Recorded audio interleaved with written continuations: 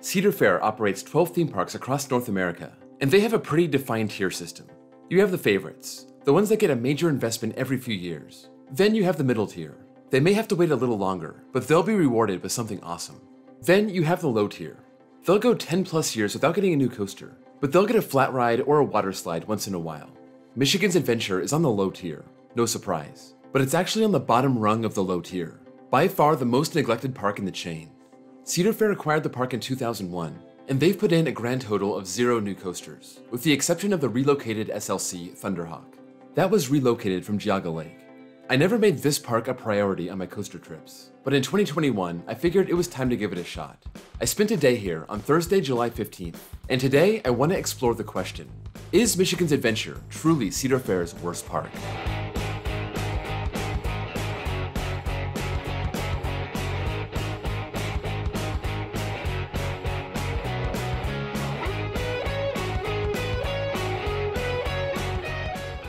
Before we get into the details of the park, let's talk about the most important stuff, the coasters. The star is Shivering Timbers, a massive CCI wooden coaster from 1998, standing 122 feet tall and sporting over 1 mile of track. It basically looks like a B&M Hyper, just on a smaller scale and made of wood. But is it actually any good? Yes and no. I made a whole video about its pros and cons. Check out that video in the links below, and that breaks it down as far as possible. So for this video, I'll give you the Cliffs Notes. Super long ride, good airtime, runs a little rough, and the trains suck. Ultimately, it was good enough to sneak into my top 50, but it's by no means a super elite ride, just a very good one, and I rank this number 1 in the park. Let's move on to their newest coaster, that relocated SLC, Thunderhawk. SLCs are usually bad enough on their own, but then you have one that was taken apart and put back together. You're asking for trouble. But to my surprise, Thunderhawk was really solid. Some SLCs have a nasty rattle, the worst offender being T3 at Kentucky Kingdom, and Thunderhawk was very smooth. It still had that issue with track profiling, but there's no avoiding that, no matter how great the park's maintenance is.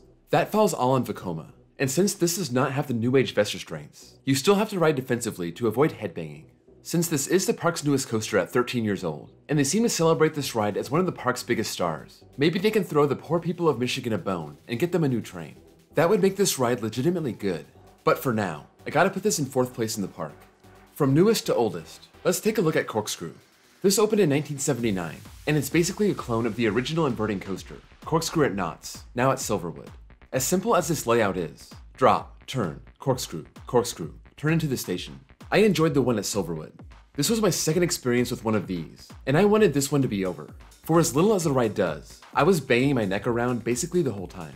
The ratio of neck banging to elements is off the charts. This thing is pretty bad. Cedar Fair should take it out and send it to one of their lower parks, like... oh. Well, this is awkward. I'm sure Gilroy Gardens would take it. This is dead last in the park, in 7th place. I normally don't review kiddie coasters, but since this is Michigan's Adventure, I figure I probably should. Woodstock Express is a relocated coaster from, well, within the same park. They just moved it into the new Camp Snoopy area, and that was supposed to open in 2020. It used to be called Big Dipper, and it's an oval-shaped chance rides coaster.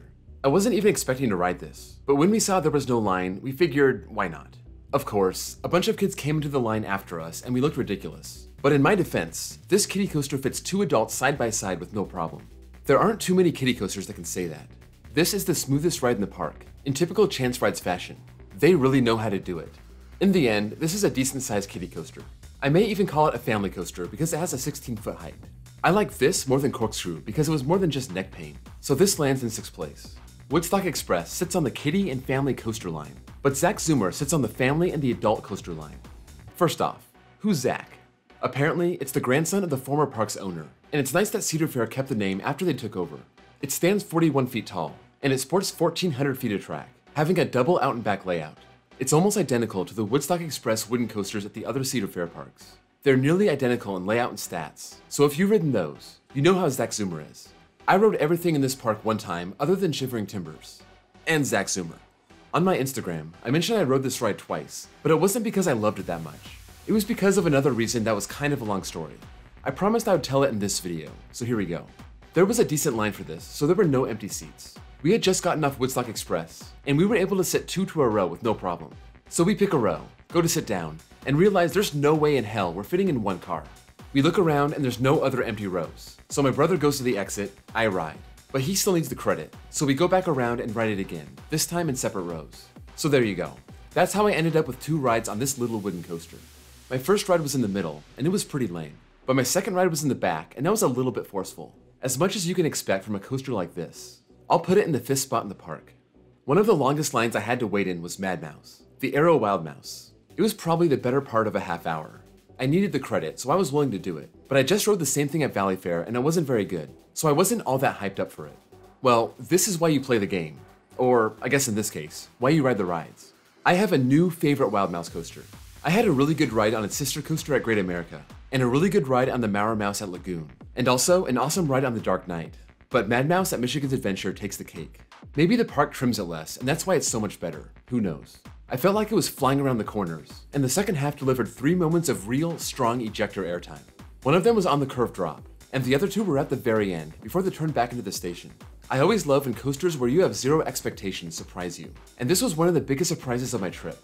If you've had the same experience with Mad Mouse, let me know. I'd like to know if this one does something different compared to the others. This was my number 2 coaster at the park. Last but not least is Wolverine Wildcat, the much reviled Din wooden coaster that dates back to 1988. I know this park has kind of a sad history coaster-wise, but Wolverine Wildcat was the start of a new era. Before 1988, the park was called Deer Park Funland, and it started shifting more to thrill rides with the introduction of Wolverine Wildcat, along with its brand new name, Michigan's Adventure. After 33 years, Wolverine Wildcat has a reputation that you'd expect for a Din wooden coaster this age. Talk about having no expectations. This was the last coaster I rode that day for a reason. I was kind of dreading it. So the ride starts, drops into a pitch dark tunnel, emerges into the lift, and away we go. Was it rough? Oh yeah. Was it unbearable? Nah. I can still enjoy it, and there was actually a lot to enjoy here. There was good airtime throughout the double out and back layout, the strongest moment by far being the double down. If you can look past some of the jackhammering, it's a fun ride. For as much as enthusiasts seem to excuse roughness, you'd think Wolverine Wildcat would have a better reputation. It's borderline number 2 in the park, but I was so impressed with Mad Mouse, and Wolverine Wildcat's roughness pushes it down to number 3. So there you have the coasters. Here are the rankings once again because I did this out of order. Shivering Timbers being the clear number 1 here, going all the way down to the awful Corkscrew, the least enjoyable coaster in the park. And I still maintain that out of all the rides here, Woodstock Express was the most smooth and graceful of the bunch. And now for the park itself. It looks like all of your small Cedar Fair parks. Clean, same types of restaurants, Snoopy theming. Overall, it looks nice. It has a really nice setting on the lake, and you get great views of Wolverine Wildcat and Thunderhawk from the other side of the water. One problem I have with the lake is that you can't walk all the way around it. I walked behind Thunderhawk to get over to Wolverine Wildcat, and I was greeted with a dead end. It would be great to have a path connecting the front and the back of the park, though the park isn't very big, so it doesn't take a long time to get around it. The food wasn't anything special, but it was pretty good quality. I went to the pizza place and the Coasters Diner. I didn't see any freestyle machines here, which is something I usually appreciate. I also thought they had a really good selection of merchandise, as is the case with almost every Cedar Fair park. As for operations, they had one train on everything except Mad Mouse. For a park this size and with their attendance, I suppose they can get away with that. Shivering Timbers is supposed to have 2 trains, but after they crashed into each other in the station, they were just down to 1. This opened a few minutes after the park opened, and we didn't see any test trains going out beforehand, so we got a bit worried. It looked like they opened it without testing it, unless they did all their test runs beforehand.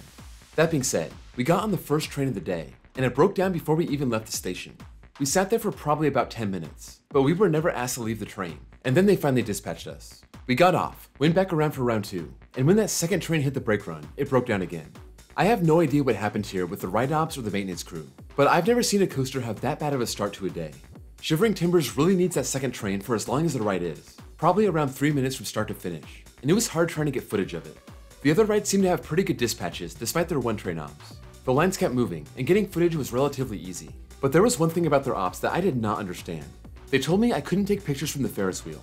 Their no phones and no cameras policy on the rides seemed to extend to every ride, though I didn't try this on the train. This is a brain-dead policy, and it's my first time ever running into that when getting on a Ferris wheel. One other thing to note, the water park is included with your admission, and you can walk in and out of there whenever you want. That's a nice thing to round out your day at the park if you get bored with the rides in the dry park. Worlds of Fun also includes their water park, but with that reservation system that Cedar Fair still uses, unless you have an Oceans of Fun reservation, you can't even step foot in there. This wasn't the case at Michigan's Adventure. It was wide open. So let's get down to the question at hand. Is Michigan's Adventure the worst Cedar Fair park? The answer is yes, but it's not as bad as you think. I enjoyed my time here. I think it's a nice little park, but what would I rank below it? The only contender is Worlds of Fun, And no, I don't consider Gilroy Gardens a true Cedar Fair park. It's on a totally different level, and Cedar Fair just operates it. Worlds of Fun has a slightly better lineup, and it has all the cookie-cutter Cedar Fair charm that Michigan's Adventure has, so I have to give it the edge. So, despite it being the weakest Cedar Fair park, I would totally recommend that you get here to experience it for yourself. It's off the beaten path, up there in western Michigan, so you will have to make the effort to get there, but it's worth at least trying once. Who knows? Maybe you'll love Shivering Timbers and it'll crack your top 10. I didn't love it that much, but I know people who do. If you've been to Michigan's Adventure, let me know your opinion in the comments below. Were you impressed, disappointed, or just plain bored here? Do you think Shivering Timbers alone makes the trip worth it? I'd love to hear your experiences, so sound off in the comments below. If you enjoyed this video, be sure to drop a like. That's the best way to show your support for the channel. And if you're new here and love coasters, be sure to sub and check out my park review playlist, where I recap my experiences at most of the parks around the country. Also, check out my links below for my Discord server, where you can chat with other fans of the channel, as well as my second channel, where I post copyright-free off-ride footage. Thank you all for watching, and I'll see you all next time.